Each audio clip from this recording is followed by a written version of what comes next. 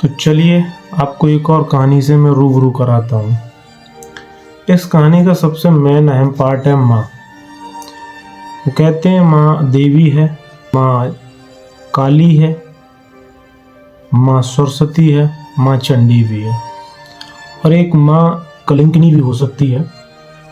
तो पूरी कहानी सुनाते हैं आपको। ये कहानी बिहार के एक मधेपुरा जिला है, उसमें एक गांव पड़ता है मुरलीगंज, वहाँ की है। यहाँ पर एक महिला है जिसका नाम पुनीता देवी है। इसकी 3 बच्चियां हैं। ये पति का नाम जसवंत यादव है, उनकी सास का नाम है उर्मिला देवी। पुनीता देवी अपनी शादी से पहले अपने जीजा से प्रेम प्रसंग में थी, जिनका नाम है राजेश यादव। शादी हुई जसवंत यादव से, उसके बाद ये अपने प्रेम प्रसंग में हो गई अमित कुमार की में। अमित कुमार से इनका प्रेम प्रसंग कुछ इस तरह का था कि इनके बिना ये रह नहीं सकती थी। फिर इन्होंने एक योजना बनाई।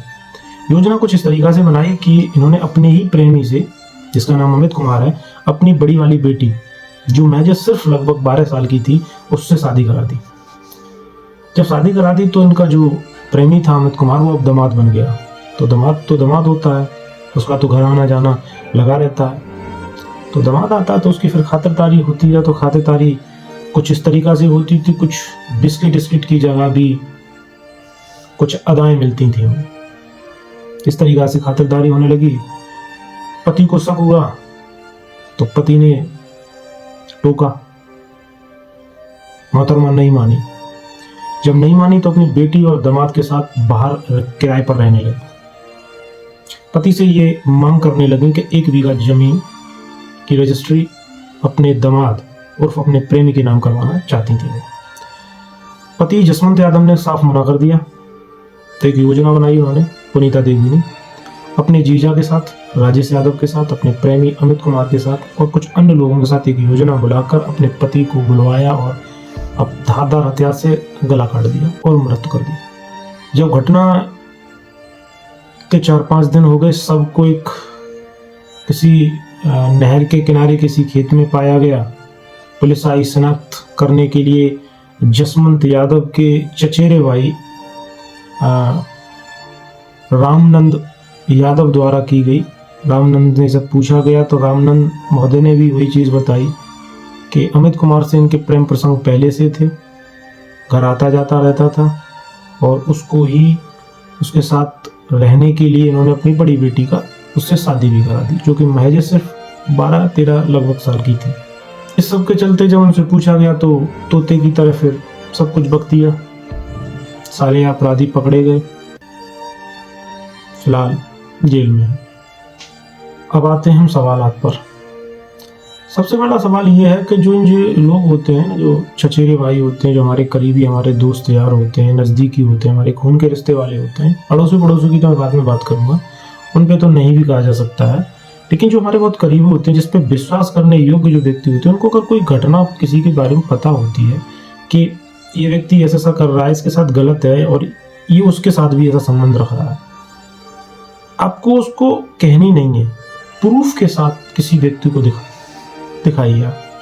क्योंकि अगर ऐसे आप कहोगे, हो सकता है आज के युग में न माने, उसको एक प्रूफ के साथ बताइए कि ये तेरे साथ धोखा कर रहा है, ये व्यक्ति का, इसका चरित्र, इसका व्यक्तित्व इस तरीका का है और ये तेरे साथ इतना मिलजुल कर और अच्छे से इसलिए रह रहा है क्योंकि इसका तेरे साथ कोई ऐसा काम निकल रहा है। उसके साथ आंखें खुल जाएं। हो सकता है कि जसवंत यादव जैसे लोग भविष्य में आगे बच जाएं, क्योंकि पुनीता देवी जैसी हैवानियत वाली पत्नियां आज के युग में कम नहीं है, ये बढ़ ही रही हैं। ये तो आज का 21वीं शताब्दी है, जब इतना हम टेक्नोलॉजी को इस्तेमाल कर रहे हैं, इसलिए एक खबर दूसरे राज्य से हम सुन भी पा रहे हैं। सोचिए जब 80 के दशक में कुछ टेक्नोलॉजी नहीं थी, तब ऐसी कहानियां कहाँ मिलती थीं, किसकी हत्या होगी, कैसे होगी, कुछ नहीं पता चलता। आजकल तो हम पता कर सकते हैं। तो अगर आपको पता है तो जब घटना हो जाती है उसके बाद मत निकल के आइए आप। अगर आपको पहले पता है किसी के बारे में तो आप उसको आगे आके बताइए कि तेरे साथ धोखा हो रहा है। और उस धोखे को विद प्रूफ एविडेंस के साथ आप उसको प्रूफ करिए कि ये सच्चाई है, शायद जसवंत जैसे लोग बच सकें। दूसरी चीज, एक माँ इतनी हैवी नहीं है तो एक जल्लाद प्रकृति होती है कि उसने अपनी हवस का शिकार अपनी बेटी को भी बना दिया, जिसका इस्तेमाल उसने अपने प्रेमी से शादी करा के और अपने पति का फिर अपने से संबंध बना रही है, सिर्फ इसलिए क्योंकि वो उसके बिन रह ना पा रही है और 3 बेटियों के पिता के और खुद के पति को मार दिया। किस लिए? सिर्फ एक हवस के लिए। क्या है यार ये हवस? ये चमड़ी जब तक रहेगी, ये गोरापन रहेगा, लोग तुमसे अट्रैक्ट होंगे। एक दिन ये चमड़ी ढल जाएगी ना, तो तुम्हारा ये सब खूबसूरती सब ढल जाएगी, कुछ भी नहीं बचेगा। इसलिए मन को साफ रखो भाई। तन साफ रखने से कुछ नहीं होता है, मन साफ रखो, अपने विचार अच्छे रखो, तब ना आप किसी की पत्नी अच्छी बन पाओगे, तब ना आप किसी की माँ अच्छी बन पाओगे, तब ना आप किसी की बहू अच्छी बन पाओगे। सोचिए आप। बाद बाकी का ऐसे विषयों पर आपको मेरी वीडियो कैसी अच्छी लगती है, आप अपनी प्रतिक्रिया जरूर दें। और इस कहानी को सुनकर आपके मन में पहला विचार कैसा आया, आप मुझे कमेंट में अपना विचार जरूर शेयर करें। आगे देखने के लिए मुझे ऐसे ही आप सपोर्ट करते रहिए। मैं इसलिए यादव, नमस्कार।